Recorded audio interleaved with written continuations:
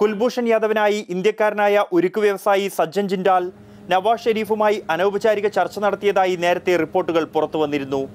ഈ ചർച്ചയുടെ അടിസ്ഥാനത്തിലാണ് അന്താരാഷ്ട്ര കോടതിയിൽ സർക്കാർ മൃദു സമീപനം സ്വീകരിച്ചതെന്നാണ് പ്രധാന വിമർശനം. ഇന്ത്യക്കാരനായ ദൽവീർ ഭണ്ഡാരി അന്താരാഷ്ട്ര കോടതിയുടെ ജഡ്ജി പാനലിൽ ഉണ്ടെന്നിരിക്കെ ഒരു അഡ്ഹോക് ജഡ്ജിയെ നിയോഗിക്കാൻ അവസരമുണ്ടായിട്ടും എന്തുകൊണ്ട് പാകിസ്ഥാൻ അത് ഉപയോഗിച്ചില്ല എന്നത് ഉൾപ്പെടെ 10 ചോദ്യങ്ങൾ പ്രതിപക്ഷ പാർട്ടിയായ PTI പ്രധാനമന്ത്രിയോട് ഉന്നയിക്കുന്നു. കുൽഭൂഷൺ കേസ് മോശമായി കൈകാര്യം ചെയ്തത് പരിശോധിക്കാൻ പാകിസ്ഥാൻ ദേശീയ സുരക്ഷാ സമിതിയുടെ യോഗം വിളിക്കണമെന്ന് PPP ആവശ്യപ്പെട്ടു. അതേസമയം സൈന്യം കുൽഭൂഷൺ കേസിൽ ഇതുവരെയും പ്രതികരിച്ചിട്ടില്ല എന്നതും ശ്രദ്ധേയമാണ്.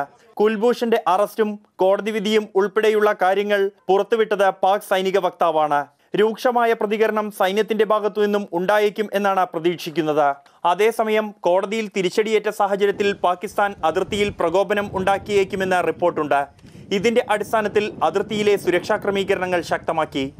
GST യോഗത്തിൽ പങ്കെടുക്കുന്നതിനായി ശ്രീനഗറിലുള്ള പ്രതിരോധ മന്ത്രി അരുൺ ജെയ്റ്റ്ലി ഉന്നത സൈനിക ഉദ്യോഗസ്ഥരുമായി ചർച്ച നടത്തും. അതിർത്തിയിലെ സുരക്ഷാ ക്രമീകരണങ്ങളും യോഗം അവലോകനം ചെയ്യും. മാതൃഭൂമി ന്യൂസ്, ഡൽഹി.